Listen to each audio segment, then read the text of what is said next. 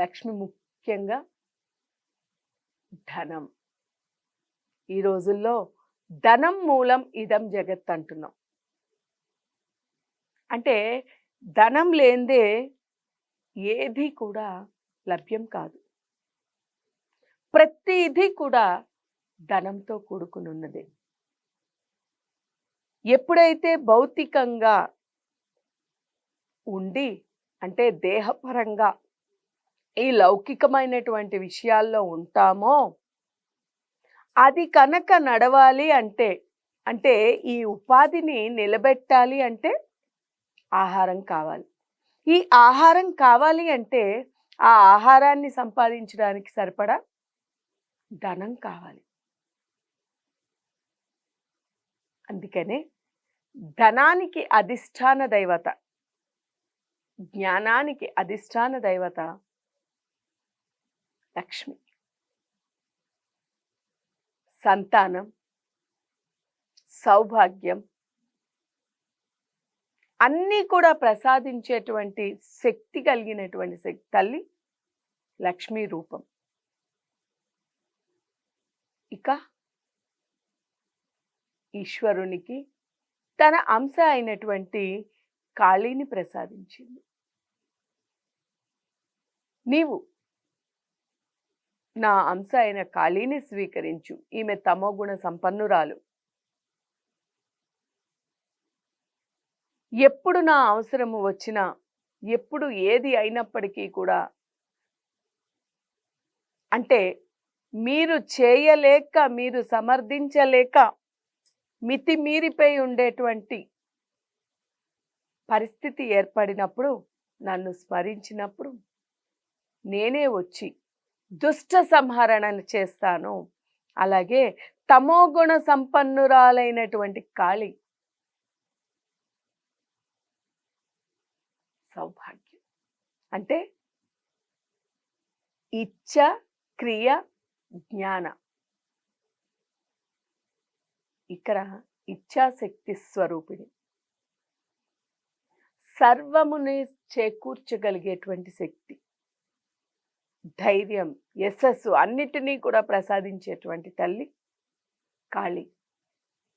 ధైర్యాన్ని ముఖ్యంగా ప్రసాదిస్తుంది. అందుకే చూడండి, రామకృష్ణ పరమహంసులు వారు ఆ జగన్మాత అంశ అయినటువంటి ఆ కాళీమాతనే ప్రత్యక్షం చేసుకొని ఆవిడతో సంభాషిస్తూ ఎన్నెన్నో విద్యలని అభ్యసించి ఉత్తమోత్తముడుగా నిలిచారు. ఆయనతో ఎప్పుడు సంభాషణ కూడా చేసేది. కాళి అంటే అక్కడ కాలం. మనం కాళీని కాలంగా కూడా అనొచ్చు. అన్నిటికీ ముఖ్యమైనటువంటిది కాలం. ఏది ఆగినా కానీ కాలం ఆగదు అంటూ ఉంటారు. సమయం ఎప్పుడూ కూడా నిలవదు, ఆగదు. దాని పని అది చేసుకుంటూ వెళ్ళిపోతూనే ఉంటుంది. పోయిన క్షణం తిరిగి రాదు అంటారు. అంటే నిన్నటిది అయిపోయింది. నిన్నటి రోజు మళ్ళీ మనకి కావాలి అంటే ఆ రోజు మళ్ళీ మనకి రాదు. అదే కాలం యొక్క శక్తి. ఇలా ముగ్గురికి కూడా తన అంశ అయినటువంటి 3 శక్తుల్ని ఇచ్చి బ్రహ్మని బ్రహ్మలోకానికి వెళ్ళి సృష్టి చేసుకోమనింది. విష్ణువుని వైకుంఠానికి వెళ్ళి వైకుంఠాన్ని నిర్మించుకొని అక్కడ పాలన చేసుకుని ఉండమని చెప్పింది. ఈశ్వరుణ్ణి వైకుంఠం నుంచి కైలాసానికి వెళ్ళి అక్కడ తనని స్మరించుకుంటూ, అలాగే ఇక్కడ ఎప్పుడైతే ఆ తల్లి అంతలా చెప్పిందో ఈశ్వరుడు, అమ్మ నిన్ను మర్చిపోకుండా ఎప్పుడూ నిన్నే స్మరిస్తూ ఉండేటట్టు, ఏమరపాటును కూడా నిన్ను మర్చిపోకుండా ఉండేటట్టు నీ యొక్క ఒక మంత్రాన్ని నాకు ప్రసాదించు, నేను అలాగ దానిని స్మరించుకుంటాను ఉంటాను అని చెప్తాడు.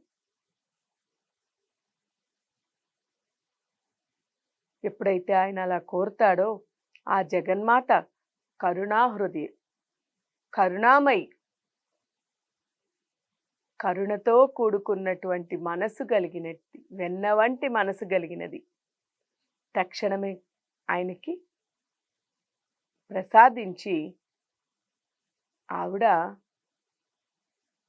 ఆనందపడంగానే వీరు ముగ్గురు కూడా వారి వారి కోసం ఒక్కొక్క విమానం ఏర్పరిచి, మీరు ఈ విమానాన్ని అధిరోహించి, అంటే ఇక్కడ చూడండి,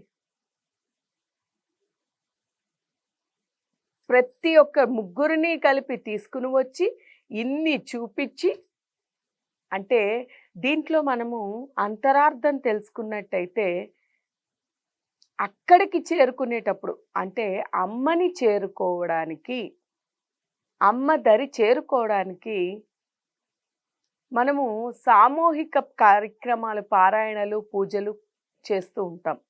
మనకి ఈ రోజుల్లో అవసరమయ్యేది సామూహికము, అంటే నలుగురు కలిసి ఆ కార్యాన్ని చేయడం. సామూహిక కార్యక్రమాలు ఎప్పుడైతే పూజలు అవి నిర్వర్తిస్తామో,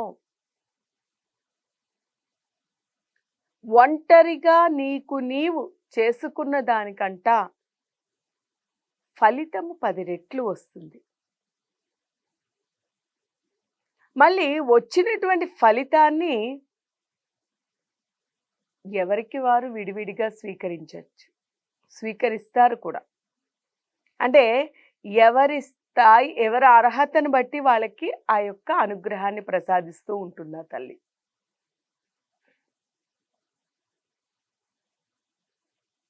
అంటే సామూహికంగా కార్యక్రమాలు చేసుకుంటూ,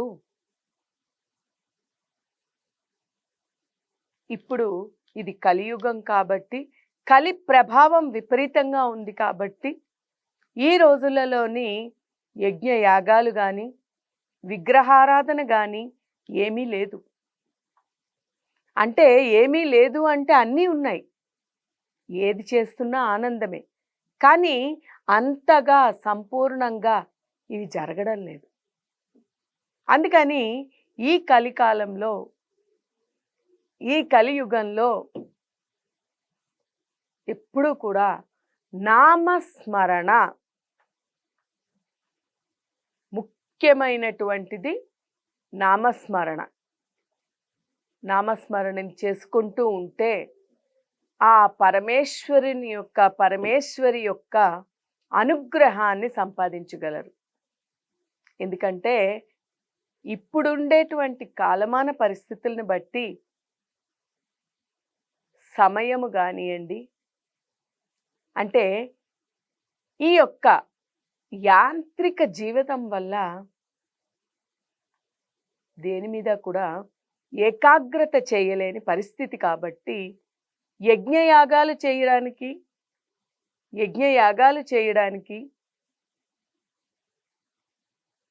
ఏవైనా పూజలు అవి చేయడానికి కూడా అంతంత సమయాలు ఉండడం లేదు. కాబట్టి ముఖ్యంగా నామస్మరణ, అంటే ఏ పని చేస్తున్నప్పటికీ, ఏమి చేస్తున్నప్పటికీ కూడా సర్వకాల సర్వావస్థల్లోని కూడా హృదయమందు ఏదో ఒక నామాన్ని స్మరించుకుంటూ ఉంటే సరిపోతుంది.